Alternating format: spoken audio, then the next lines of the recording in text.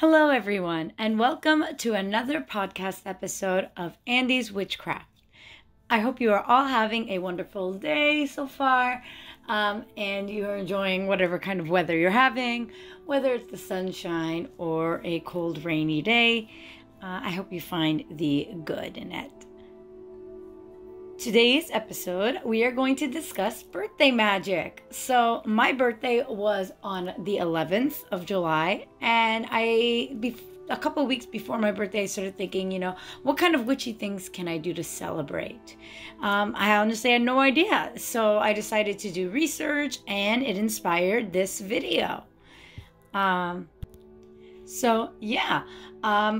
For reference, your birthday is also known as your solar return because that's when the sun reaches the exact point that it was in at the time you were born.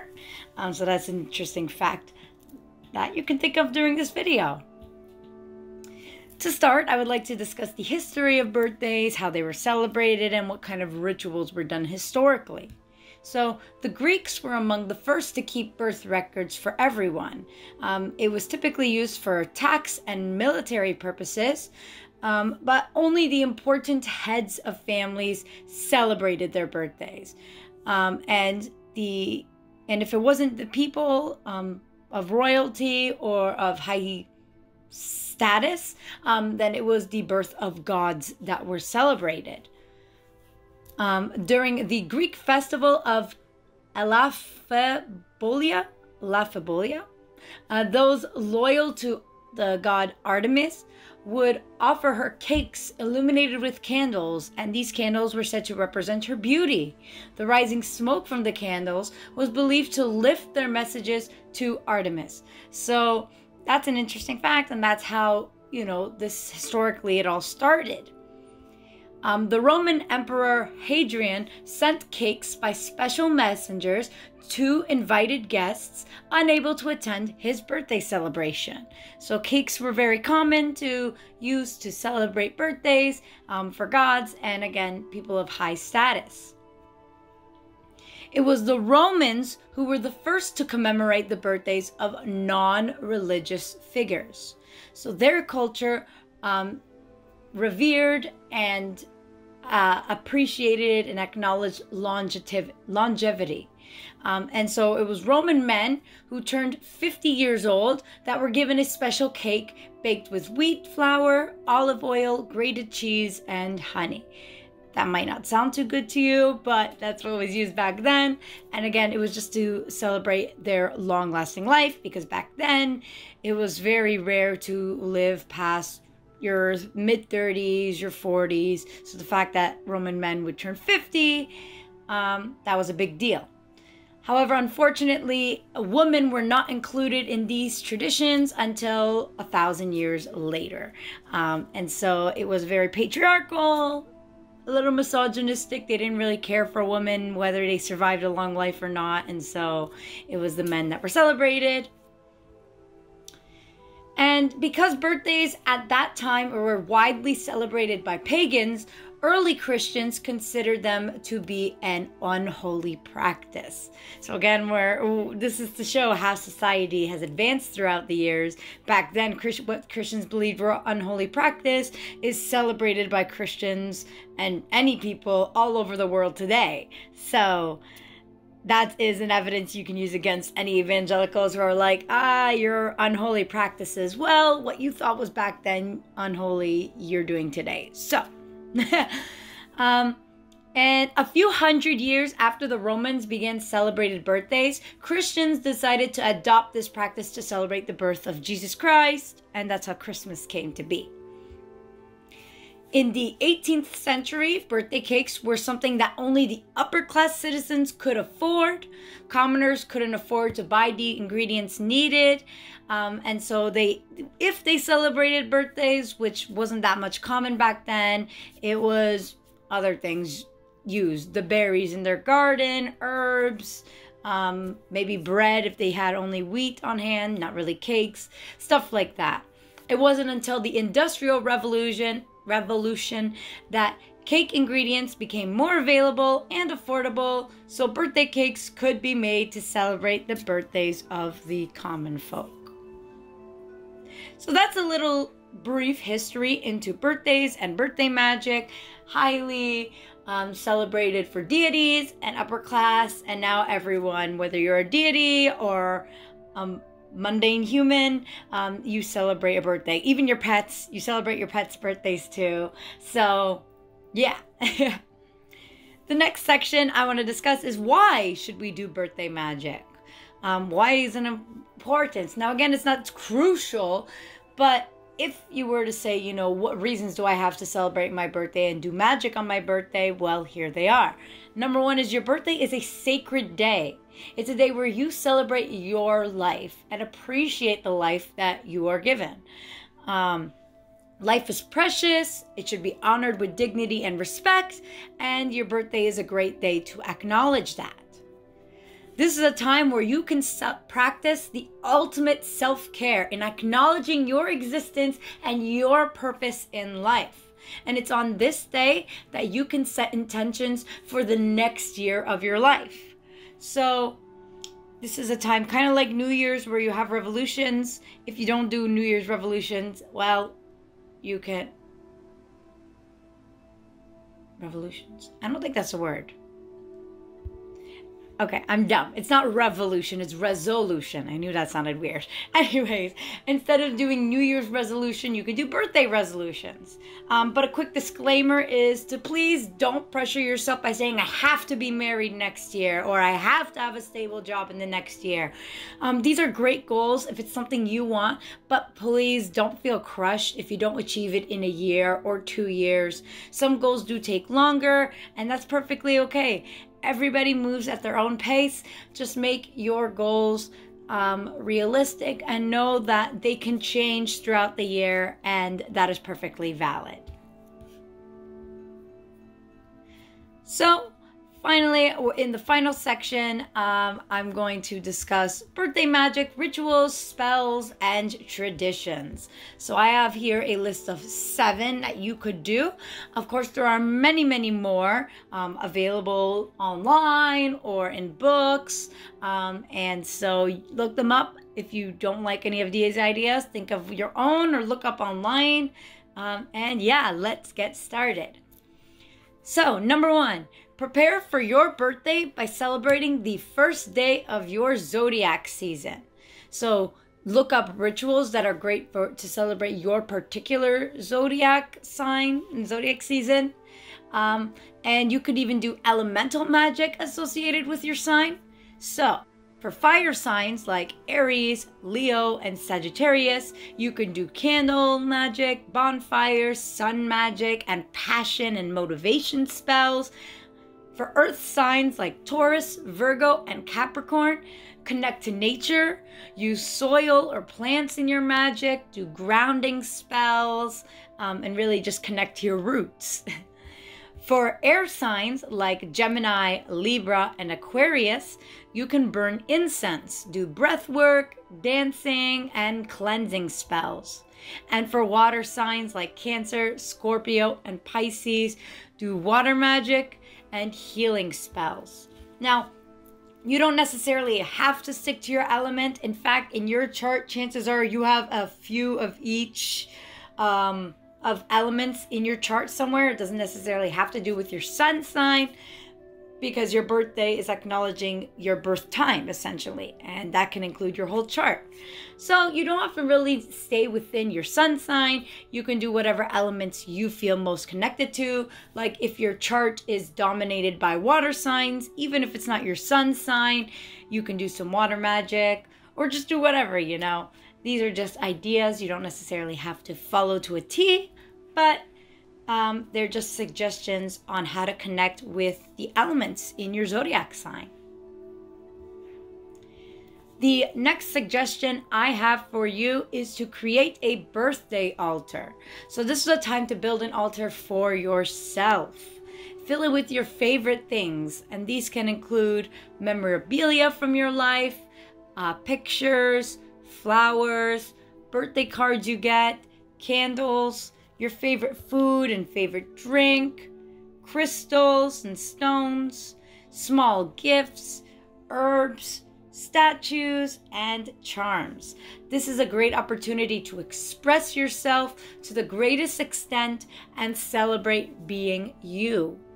You can even add to your altar throughout your birthday month to make the magic and fun continue throughout. So you don't necessarily have to, make the altar and stick it let it stay the way it is.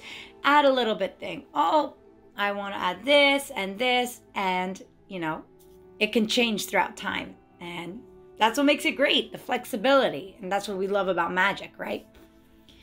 And each time you add an item to your altar, I recommend saying a blessing or affirmation to yourself. This can include, oh, this is the best year of my life so far. Or may I be blessed with happiness, joy, and love. Or with every item I add, my blessings increase. Or simply saying happy birthday to yourself. So these are affirmations, manifestations. For manifesting, it's important to act as if you already have the things you want in life. So that's why it says, my blessings increase, rather than saying my blessings will increase. It's saying it is actively increasing. My third suggestion is to perform a candle spell. So we all know that blowing out candles on your cake is a birthday tradition. So, we all know historically, like we said, with the story of Artemis, it is a ritual, it is witchy, but why not make it even witchier? Use your birthday candles to make a candle spell. So you don't necessarily only have to blow on your candles and make a wish. But you could also dedicate the candle itself to a specific intent you want to create. We all know when you blow out the candles on the birthday cake, you don't use up the whole thing. But why not use that candle in other spells? So your candle magic. So once you finish it off of your cake, take it off and make candle magic. Dress it with your favorite oil or oils that match your intent. Carve runes or sigils or symbols on it. Roll it in herbs. And you could put it on your birthday altar and make sure to light it at least once each day throughout your birthday month for like 2 minutes, let's say. You can reuse those candles. So not only is it reducing waste, but you're also finding a birthday witchy ritual to do. An important note when doing candle magic with your birthday candles, focus intently on what you wish for, both when you light the candle and when you blow it out. So always keep in mind that intention and focusing on it. So try not to get too distracted by the noise or distractions that are around you. Really try to concentrate on your intent. The fourth suggestion I have for you is to gift yourself flowers that match your intention or goals for the next year. So flowers in a vase or vase, however you pronounce it, symbolize spirit. And this can be added to your birthday altar, not only to acknowledge the divine around you, but the divine that is within you. Flowers are great. A lot of people get flowers from other people, but why not get flowers for yourself and treat yourself and give yourself that kindness? And if you want to match your intentions or goals, here are the list of, it's a very short list, but these are the most popular flowers and what they symbolize, so you can match it up with your intention. The first is carnation. Carnations represent beauty and pride. Mums represent fidelity and remembrance. Daisies represent innocence and happiness. Roses represent love and perfect beauty. Gladiolus represents strength of character and courage. Sunflowers represent pure thoughts and radiance. Irises represent compliments and joy. And tulips are known to be used to declare love to yourself or to others. So those are, again, a short list of flowers. So match it up. You can combine flowers into a bouquet. Do whatever you want, what feels right and what you feel comfortable with. And show yourself that love and admiration that you deserve. The fifth suggestion I have for you is to write a letter to your future self. So in this letter, you write down everything that's happened since your last birthday that you are proud of. Tell yourself what you want to accomplish by your next birthday. Give yourself well wishes, blessings, and words of encouragement. You can add a couple of drops of essential oil on the paper, especially if it matches your intention. You can also add dried flowers or herbs to it that again matches the wishes you had for yourself. Then you should fold the letter, seal it in an envelope, keep it in a safe place, and open it on your next birthday. Again, when giving yourself your goals and things you want to accomplish, be realistic, and don't be too hard on yourself if you didn't get to accomplish those things, because there's always another year. The sixth suggestion I have for you is kitchen witchery with your birthday cake. If you are a baker, this is a great one for you. So one, I would recommend looking up the correspondences for colors, icing flavors. You can even carve runes in the cake or make them out of icing. Put decorations on the cake that symbolize your intentions, and many, many more. So I have, again, a short list of popular cake ingredients and what their associations are. So the first one is an apple. Apples, these are great for love, fertility, hidden knowledge, repelling negativity, healing, prosperity, divination, and garden magic. The next one are bananas. These are great for manifesting wealth, prosperity, travel, luck, male fertility, sexual stamina, and divine masculinity, for obvious reasons. The third one are blackberries. These are great for protection, healing, and money. Next, we have carrots.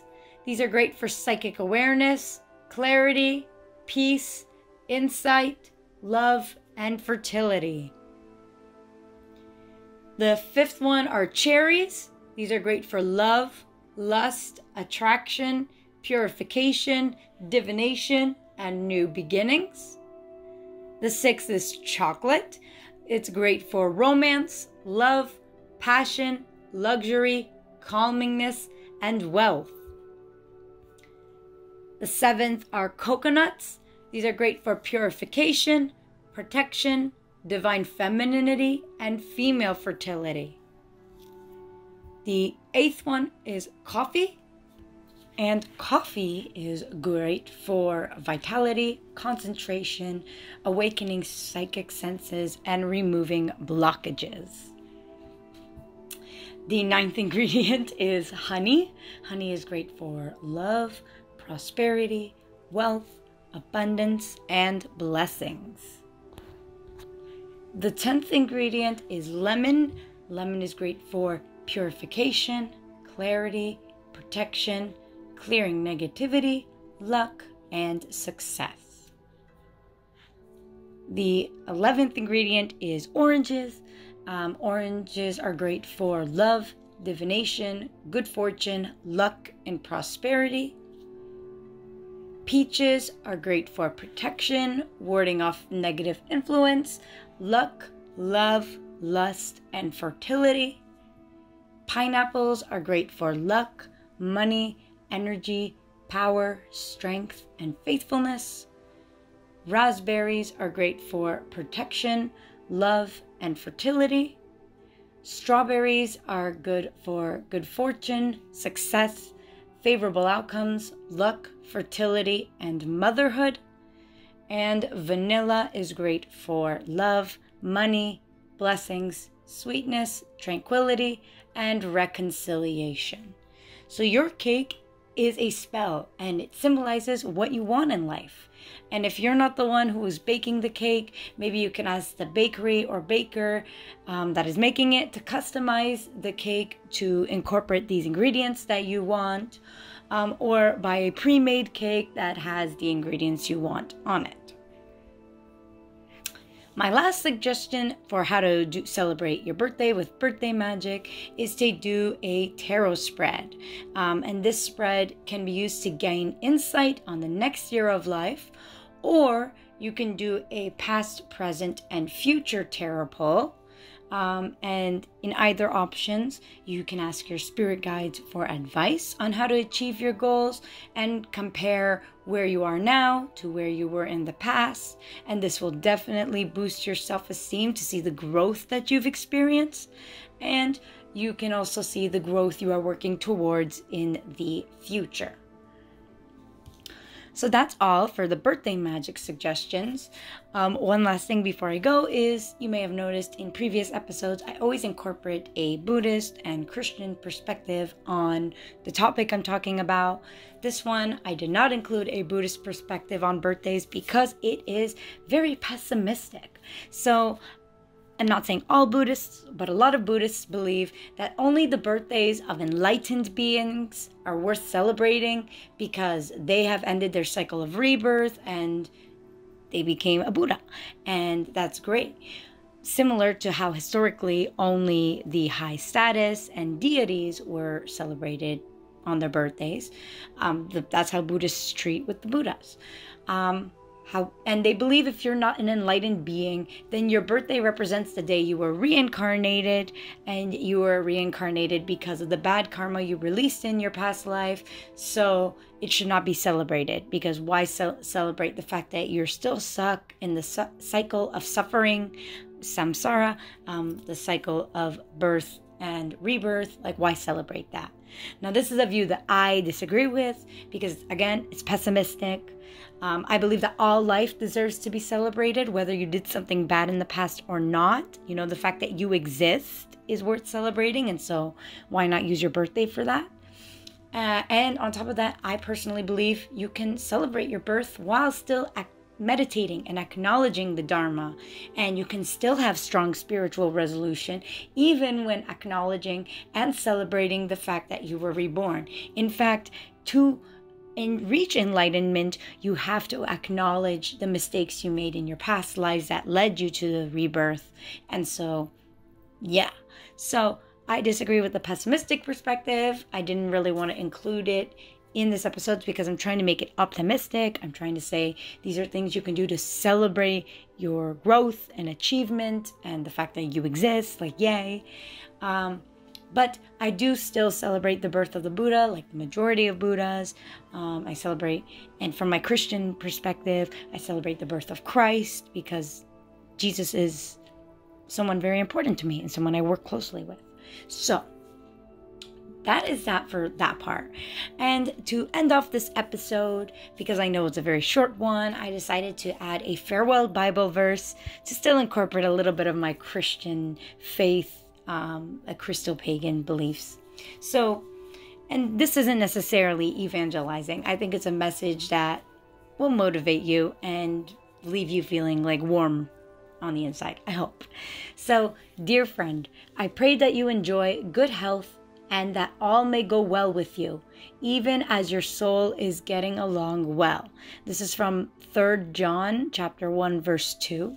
And so, yeah, so I mean it. Even as your soul ages, as you age in this lifetime, I pray that you have good health, wealth, and happiness, and you get an abundance in whatever your intentions are that you would like to manifest in the next year. So that is it for this episode. I know it was a very short one, but it was something I wanted to cover, even if it wasn't going to take half an hour like I usually do on my episodes. So that is it. If you like this, give it a like, a comment, and a subscribe. You can also follow me on social media. All my links will be below in the comments. And yeah, so my TikTok, my Instagram will be below. And the Discord server, Crystal Caverns, we are accepting members all the time, and we would love to have you join us. So come join us. That link will also be in the link tree below. And I believe that is it. Blessed be everyone. Have a wonderful day, week, month, and year.